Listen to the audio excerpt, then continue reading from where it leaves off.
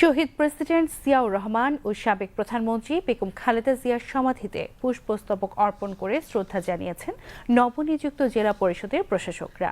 সকালে স্থানীয় সরকার, পল্লী উন্নয়ন ও সমবায় প্রতিমন্ত্রী মীর শাহে আলমের নেতৃত্বে জেলা পরিষদের প্রশাসকরা ফুল দিয়ে শ্রদ্ধা নিবেদন করেন। এ সময় তারা কিছুক্ষণ নীরবে দাঁড়িয়ে থাকেন। পরে শহীদ প্রেসিডেন্ট জিয়াউর রহমান ও সাবেক প্রধানমন্ত্রী বেগম খালেদা জিয়ার রুহের মাগফিরাত কামনা করে দোয়া করা হয়। পরে স্থানীয় সরকার মন্ত্রী সাংবাদিকদের বলেন, নির্বাচন সংক্রান্ত অধ্যাদেশগুলো আইন আকারে পাশ হলেই স্থানীয় সরকার নির্বাচনের ঘোষণা দেওয়া হবে।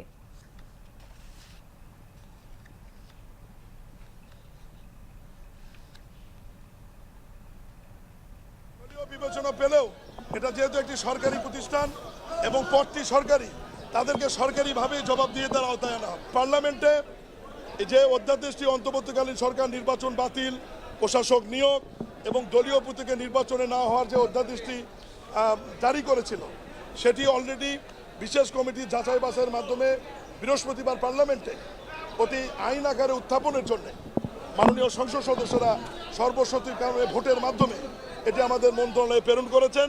আমরা অত দ্রুততম সময়ের মধ্যে এটি আইন আকারে সংসদে উপস্থাপন করব এবং সংসদ এবং মাননীয় সংসদ সদস্যরা আইন আকারে পাশ করলে দলীয় প্রতীক ছাড়া আমরা দ্রুত সময়ের মধ্যে এই প্রতিষ্ঠানগুলোতে নির্বাচনের দিকে যাব।